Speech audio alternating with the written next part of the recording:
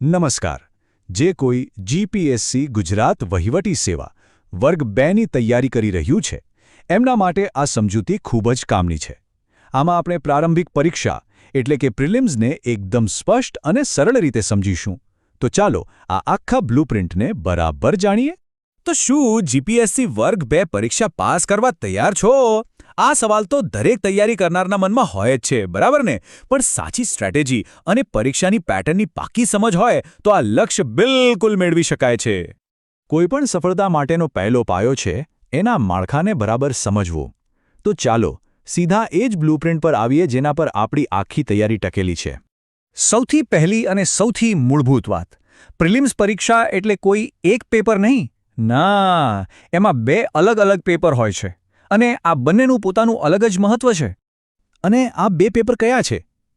પહેલું છે સામાન્ય અભ્યાસ એટલે કે જનરલ સ્ટડીઝ, જે જ્ઞાનનો વ્યાપ કેટલો છે એ તપાસે છે. અને બીજું પેપર છે સંબંધિત વિષય, જે ખાસ વહીવટી શાખા માટે જે સ્પેશિયલ નોલેજ જોઈએ ને એના પર ફોકસ કરે છે. હવે આ જુઓ, આ માર્ક્સનું વિભાજન સમજવું બહુ જ જરૂરી છે. સામાન્ય અભ્યાસના 100 સવાલ અને એના 100 માર્ક્સ, મતલબ એક સવાલનો 1 માર્ક. પણ બીજી બાજુ સંબંધિત વિષયના 200 સવાલ છે અને એના 200 માર્ક્સ. આના પરથી એકદમ સાફ થઈ જાય છે કે સ્પેશિયલાઇઝ્ડ વિષયનું વેટેજ સીધું ડબલ છે. અને આ બંનેને ભેગા કરીએ એટલે કુલ થાય 300 ગુણ. બસ આ 300 માર્ક્સ છે જે નક્કી કરશે કે પ્રિલિમ્સનો દરવાજો ખુલે છે કે નહીં. આ જ સ્કોર આગળના સ્ટેજમાં લઈ જશે. સારું, તો ચાલો હવે આ ગુણ વિભાજનમાં થોડા ઊંડા ઉતરીએ. શરૂઆત કરીએ પહેલા પેપરથી એટલે કે સામાન્ય અભ્યાસથી. આ એ પાયો છે જેના પર આખી ઇમારત ઊભી કરવાની છે. આમાં સૌથી પહેલાં આવે છે ઇતિહાસ અને સંસ્કૃતિ. જો સિંધુ ખીણની સભ્યતાથી શરૂ કરીને વૈદિક કાળ, ભારતનો આઝાદીનો સંઘર્ષ અને હા, ખાસ કરીને આપણા ગુજરાતનો ગૌરવશાળી ઇતિહાસ અને એની સંસ્કૃતિ પર વિશેષ ભાર મૂકવામાં આવ્યો છે. ઇતિહાસ પછી વારો આવે છે ભૂગોળનો. હવે આમાં ખાલી નકશા નથી જોવાના. આમાં ભારત અને ગુજરાતની ભૌતિક, આર્થિક અને સામાજિક ભૂગોળ, આપણા કુદરતી સંસાધનો કયા છે, પર્યાવરણના મુદ્દાઓ શું છે, આ બધી ઊંડી સમજણ માંગે છે. આગળ વધીએ તો ભારતીય રાજનીતિ અને શાસન. આપણો દેશ ચાલે છે કેવી રીતે એની સમજ અહીંયા ચકાસવામાં આવે છે. ભારતનું બંધારણ, આપણી સંસદની કામગીરી, ન્યાયતંત્રની શું ભૂમિકા છે અને છેક ગ્રામ્ય સ્તર સુધી પંચાયતી રાજ કેવી રીતે કામ કરે છે એ બધું જ ભણવું જરૂરી છે. અને પછી છે અર્થતંત્ર અને વિજ્ઞાન.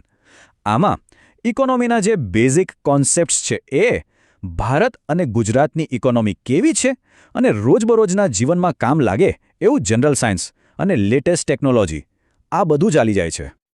અને હા, એક વાત બરાબર યાદ રાખવા જેવી છે, આ બધા વિષયો તો છે જ, પણ સામાન્ય અભ્યાસ એટલે માત્ર ચોપડીનું જ્ઞાન નહીં. વર્તમાન પ્રવાહો એટલે કે દેશ અને દુનિયામાં શું ચાલી રહ્યું છે એનાથી સતત અપડેટ રહેવું એ તો સૌથી અગત્યની ચાવી છે. ચાલો હવે આપણે બીજા અને કહી શકાય કે વધુ વેઇટેજવાળા પેપર તરફ જઈએ. વહીવટી વિષય પર ધ્યાન. આ એ જ જ્ઞાન છે જે એક ઉમેદવારને બીજાથી અલગ તારવશે. તો આમાં શું આવે? આમાં જાહેર વહીવટના સિદ્ધાંતો, સરકારી ઓફિસોમાં કામ કેવી રીતે થાય છે, આરટીઆઈ જેવો મહત્વનો કાયદો, હ્યુમન રિસોર્સ મેનેજમેન્ટ અને વહીવટી કાયદાની બેઝિક સમજ, આ બધા એવા ટોપિક છે જે સીધા જ વહીવટી ફરજો સાથે જોડાયેલા છે. એક વાત ખાસ ધ્યાનમાં રાખવા જેવી છે.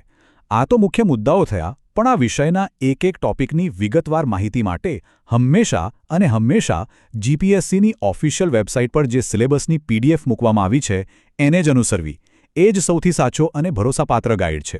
સારો, માની લો કે પ્રિલિમ્સ સારા માર્ક્સે પાસ થઈ ગઈ. તો પછી શું? સફર અહીંયા પૂરી નથી થતી. અહીંથી તો એક નવા અને બહુ જ મહત્વના તબક્કાની શરૂઆત થાય છે. આખી પસંદગીની પ્રક્રિયાને આપણે 3 સરળ સ્ટેપમાં જોઈ શકીએ. પહેલું, પ્રિલિમ્સ પાસ કરવી. બીજું, જે લોકો શોર્ટલિસ્ટ થાય એમણે ઇન્ટરવ્યૂ એટલે કે રૂબરૂ મુલાકાત આપવાની હોય છે. અને ત્રીજું અને છેલ્લું સ્ટેપ, આ બંનેના પરફોર્મન્સના આધારે ફાઇનલ મેરિટ લિસ્ટ બને છે. તો આ આખી વાતનો સાર શું છે? સાર એ છે કે આખી સફરની શરૂઆત જ પ્રારંભિક પરીક્ષાથી થાય છે. પેલા જે 300 ગુણ છે ને, એ ખાલી એક પરીક્ષા નથી, એ તો આગળના બધા દરવાજા ખોલવાની ચાવી છે. એટલે આમાં માસ્ટરી મેળવવી એ જ પહેલો અને સૌથી મોટો પડકાર છે. તો હવે જ્યારે આખો રસ્તો આખો બ્લૂપ્રિન્ટ સામે એકદમ સ્પષ્ટ છે ત્યારે સવાલ એ થાય છે કે પ્રથમ પગલું કયું હશે? આ બ્લૂપ્રિન્ટને હાથમાં રાખીને તૈયારીની શરૂઆત ક્યાંથી કરશો અને કેવી રીતે કરશો?